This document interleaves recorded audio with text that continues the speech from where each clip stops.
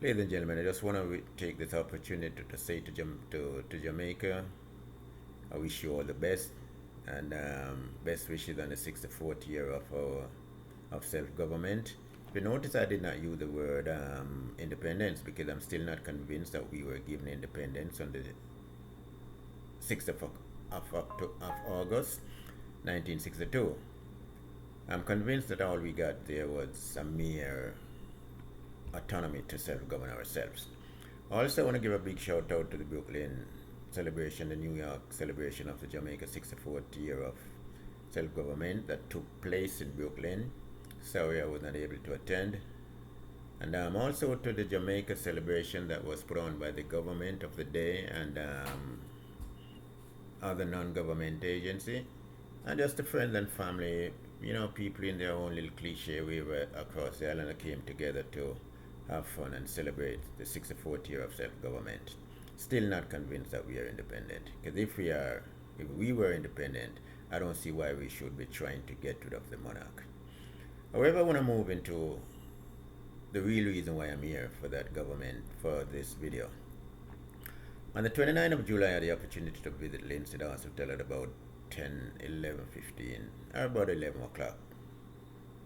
Walked into the Linstead Hospital. And I must say this quickly as I can, because when I walked through the entrance door, the emergency entrance door, what I saw shocked me completely. I was taken aback big time. For the first 5 minutes, I stood there frozen in mind, frozen in just about every way you can. Because there's only one thing on my mind when I saw what I saw in the hospital. When I go through that emergency entrance door, on my left there were people lying on the floor. There were someone on a gurney who was shackled to something. On my left there were people lying on the floor, and they all were shackled to something, to the leg of the gurney, leg of a chair, leg of something. They were shackled. It reminds me clearly not of an hospital. Because I asked myself the question, am I in the Linstead Hospital or am I on the psychiatric ward of a prison? Because those of us who had the opportunity of seeing a psychiatric ward in a prison will know exactly what I'm talking about. It was shocking. I don't know the Prime Minister, the government of the day, and the Minister of Health can really talk about and brag and boast about the quality of healthcare service in the country. That is one ministry no one should be hearing for, because that's what I saw in Linstead convinces me it is a microcosm, in the clear indication of what is happening in a broader, more profound way across the spectrum of our healthcare. It's an example of what is happening. So many times people talk about the lack of bed, the lack of this, the lack of that, and I'm telling you, the lack of everything was right there in your face in Linstead Hospital on the 29th of July. Now there were two doctors on board. I don't know what one was doing, because I know one just keep walking by. I don't know what she was doing or if she ever did anything. But the one that attended to the patient that we brought into the hospital that night, I remember she was in a room examining her, the family friend. It's a family person. Let me put it that way. And she was on the table there, cause I was there, and because I like to see these things and see what is happening. I like to make note of things that is happening. And I was there and watched her listened to her asking some questions, and also doing some search, because this lady was suffering from some cramps and lower back pains, and she had to go to the bathroom every 2 minutes to pee. That was very, very, and that started out, she was going through that all day. to the point where you could see her losing weight. Her body was shedding because it's shedding so much fluid. She was dropping weight fast. And that's how we end up at the hospital, because she was kind of reluctant earlier on to get out there. Anyway, we were there. Nurse came in, spoke to the doctor. You need to come and see someone. They need something to show you. So she went out. Patient was lying there in the bed. Said, I got to go to the bathroom. So if she comes in, tell her. I said, yeah, go right to the bathroom. When she comes back, I'll tell her clearly what happened, why you're not here. So she went to the bathroom. The doctor came back before the patient came back. So I said to the doctor, can I ask you a question? She said, yeah, go ahead. I said, how early can we get the medical record of this medical visit? How early can we get it? She looked at me. Pause. We don't do medical records. I'm a doctor here. I don't do medical record. I said, well, that's obvious, but if you don't know anything about it, just say you don't know. You don't have to tell me you're a doctor. I see you're trying to be a doctor. She said to me, there's a medical record office out there. I'm to go there and check on it, and they'll check with them, and they'll tell me how soon I can get a copy of the medical visit here. The medical records was closed, ladies and gentlemen. It was closed. So she said I can go and go check with them. They'll tell me. And as a matter of fact, we don't do, if you notice what is happening, there's nothing been put on computer here. Everything is handwritten. So I have no idea anything about any medical record. So I said, wow, twice. She turned and looked and walked away, and she turned and looked back on me. And if the woman had the laser beam in her eye, I'm telling you, should have bored right through me on the spot. I think she would kill me on the spot. Because I realized she's very defensive and get offensive at the same time when I ask a question. So I realized right there that this is not a place to ask questions. She wanted to do some close examination of the patient, so she asked me to leave. I stepped out. She did. Came out sometime after with the patient following behind her. Patient signaled me to come. Other family members were sitting there. Asked me to come. So I went with her. So I stood right where the very first desk that when you entered that hospital, where they take your vital signs and you lay your complaints and all of that. I stood right there. I didn't know I could have passed that point and walked with them, but I stopped. And she was talking to the client in the hallway. I can still see her in the hallway ahead of me, talking to the client and all of that. Then after a couple of minutes, the client was walking towards me. When she called the client. Client came back to her, and she pointed in that direction to her left. Client went to her left. After about 45 minutes, I didn't see the client nor hear anything. So I said, no, after about 10 minutes, I didn't say anything. I went back to the waiting room, sat down in the waiting room. But then after another 50 minutes, I didn't hear anything. I got up and went back, and there was a lady sitting at the desk again, that very front desk. I asked her a question. Can you tell me what is happening to patients, so and so and so and so and so? He looked at me, turned over some papers, he wanted to close some laptop and walk away. The doctor saw that, came over to me. And I said, can I ask you a question again? Can you tell me what is happening to patients, so and so, so and so, so? She said, oh, sir, you don't have to raise your voice. You can, I said, listen, I've been here waiting and watching and asking questions, and I notice everybody has been ignoring, and no one wants to answer questions, as if we have no right as patients or visitors to ask a question. And I realized the only way to get attention of people here is to raise your voice, let people hear you talking, right? I'm not talking to disturb your people who you may have at the back sleeping. I'm just talking loud enough for you guys right here in this hallway to hear me. But anyway, I'm glad you said that to me, not to raise my voice, because here's what, I got your attention. because the question I need to ask is such and such and such and such. She said, okay, yeah, the patient is right there. Go right ahead, you'll see the patient. So I go to bam bam and went to see the patient. Patient was now on drips. I said, then this is something that she couldn't tell me. She didn't have to send me to you. She could have told me this, and I went back to the waiting room. And she said, okay, you can go. Patient there. So I pull up a chair, sat with the patient, and started asking a question. What are you getting drip? What kind of drips are you getting? Do you know what you're getting? She said, no. Why are you getting it? I wasn't told. I said, listen, basically when you come to an hospital, you need to find out these things before you get hooked up by any treatment. What is the name of the medication that you're giving me? How will this medication benefit me?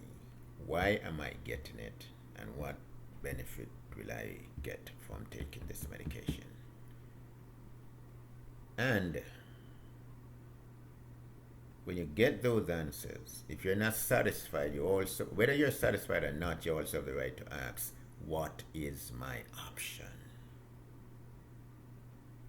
When I say that, the lady was sitting beside the patient I was talking to, she's also on drips. She said to me, sir, in this place you don't ask questions. Nobody wants to answer you and will answer you. The only common question you ask, nurse, when am I going to get out of here? When will I be done? That's the only question you can ask. But don't ask those pertinent questions that relates to you. I don't know if someone told a doctor that I was there speaking about it and questioning and discussing stuff with patients. So she came and she said to the patient that I was with, we cannot, and I cannot discharge you until your blood works come back. And until I speak to your doctor, your gynecologist, or whatever in the next day. We have to get in touch with your gynecologist. Speak to a gynecologist. So I said to her, I listened, the doctor said that to her. So I said to her, but why didn't you ask her? Where was the blood work sent? Because this is now after 1 going to 2. So where did they send the blood work? And what time tomorrow will they get in touch with your gynecologist in order for you to get out a year? How long will you have to sit and wait? Why didn't you ask? Again, the lady said, boss, I told you. Even if you ask, they're not going to tell you. But by this time, ladies and gentlemen, someone came to me and told me that the blood works was in the refrigerator at the hospital, stored in a refrigerator at the hospital. The same blood works, she's saying to the patient, you cannot be destroyed until that blood works came. The result came back. So when would it be sent to the lab to come back? This is not an illness that requires admittance now.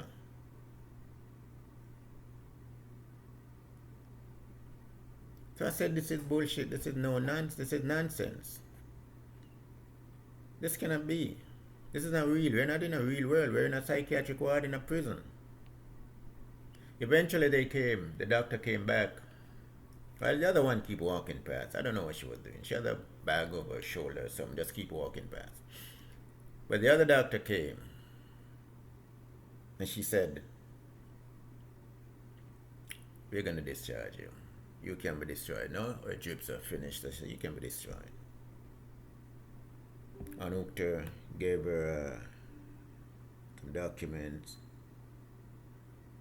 and said to her, go back to the waiting here. Sit there, someone will call your name. She sat there. She must have went to the bathroom about 20 times. And after about an hour and a half, I said to her, no, you need to go find out what is happening, why your name has not been called. No one's name has been called. And there's not even people here that we can say they're patient at, because There were 7 of us inside that waiting room. And 4 of them were asleep. 4 of them were asleep. We came there, saw them sleeping, and they were still asleep. Well, she went, she took about 30 minutes, she came back, she came running, she left some document with me, she picked up the document, she went back. I didn't see her again for another hour. So I went back to the very first desk that we stopped and got her blood works and all them things that done, and yeah, blood pressure checks and all of that. I asked the nurse there, the nurse who was sitting there. She looked up at me, folded some paper, closed, I don't know if the laptop screen or desktop she was using, but I know she turned it off. You can see the reflection of light going off. She got up and walked away. The nurse walked toward the desk at the same time. The doctor, I should say, walked toward the desk at the same time. When she got to the desk, I said to her, "Can you tell me what is happening to patient so-and-so, so-and-so?" She said, "Oh yeah, she's right around there where you were with her." So I went back to the area where she had received the drips. When I went there, she was on drips again.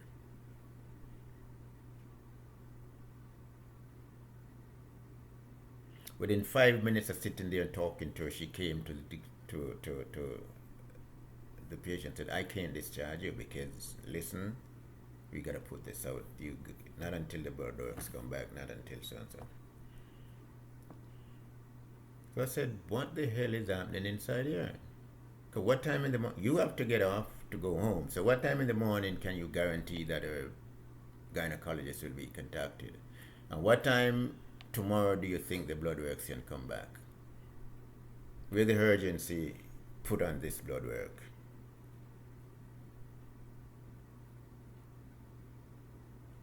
She walked away.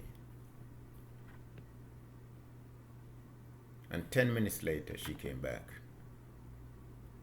"Oh, you can go home."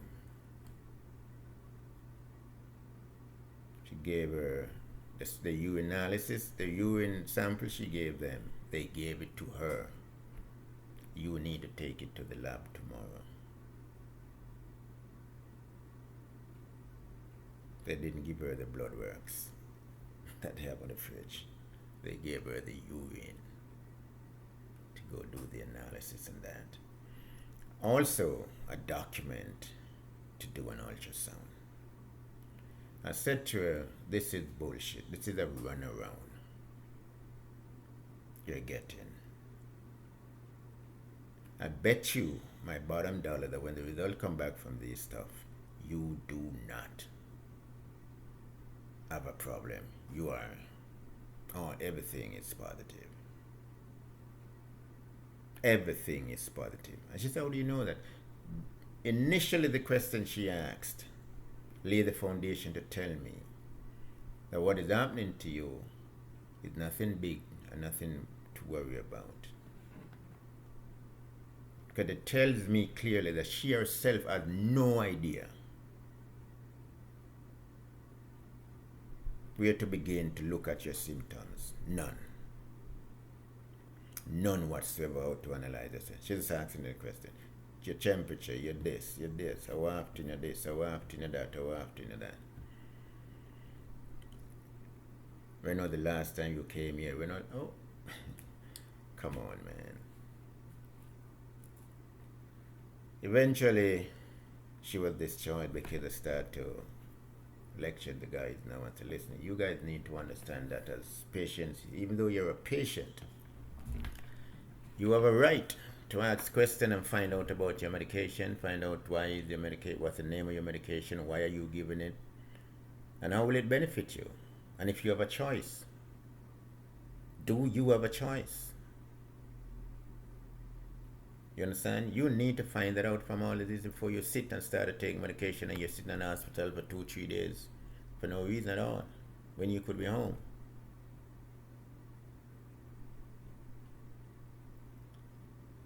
But But I want to say to Andrew Holness and to the Minister of National Security, even though the quality of service is very, very poor, before I left there, I still commended the doctors and the nurses that are working there, because the conditions under which they work, brother, the conditions under which those people are working is sickening. It's very, very poor. And they are heroes to turn up for duty at the Linstead Hospital. Let me say this. The workforce are heroes to turn up at the Linstead Hospital. That prison psychiatric ward scene that is at the entrance, the very entrance of the emergency entrance to the hospital. The Ministry of Health need to clean that up. Clean that up. You can't have people sleeping on the floor right there. I asked one of the nurses, why are their legs shackled to such and such? Are there elopers, people who will run away? Because only when police locked up and arrest people who need medical treatment, I see this kind of shackled thing going on in the hospital. But these people are lying on the floor, right as you step through the door. When I asked her, are they elopers, she said, maybe. Ladies and gentlemen,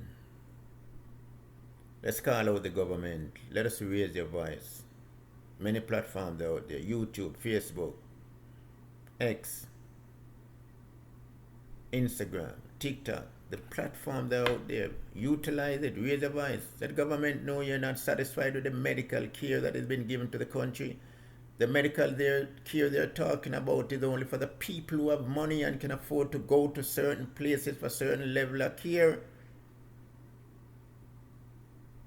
You who live in the community are treated like nothing, like nobody.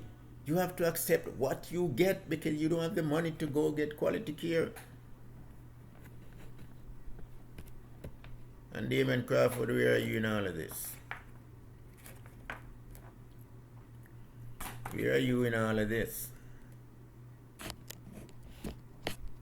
Amos, where are you? Where's everybody in all of this? Where's all the political representatives of the different government level? Where are all you people in all of this? Where is everybody in all of this? Spanish Town. Regional managers and regional this and regional directors and regional this and all of these things. You people with all those names and positions and offices. Where are you in all of this? The condition at Linstead is sickening. It's sickening. It's not acceptable to human usage. My advice to people, if you're sick, try to get to another hospital, not Linstead.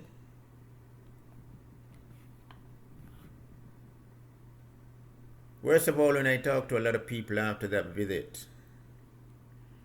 most people say, if you want to die, go to Linstead Hospital. Ladies and gentlemen, welcome to the Lennie Robbins YouTube channel. Now, if you got this far in the video, like, share, subscribe. We welcome you to subscribe because we have been good. We are growing slowly but surely, and I want to say to all our new subscribers over the last couple of weeks, we are grateful for your subscription. We honor, we respect your subscription, and it's a pleasure to have you growing with us as we grow step by step, day by day. And for those who have not yet subscribed, please reach out. Don't be afraid to subscribe. Subscriptions are free. Please leave a like, leave your comment, share the video as much as you can, because we really want to grow this channel slowly or as quickly as we can. Again, we are the watch what they do people. You understand? We listen and we watch what our politicians say and do because they are our elected leaders who are elected to serve us. Not to create or give us or be a disservice to us. To serve us in every way to make our lives better. To give us the opportunity to have a better quality of life. That's why they were elected. So we need to put the pedal to the metal and force our politicians to respond to us accordingly. Ladies and gentlemen, blessed love to all Jamaica.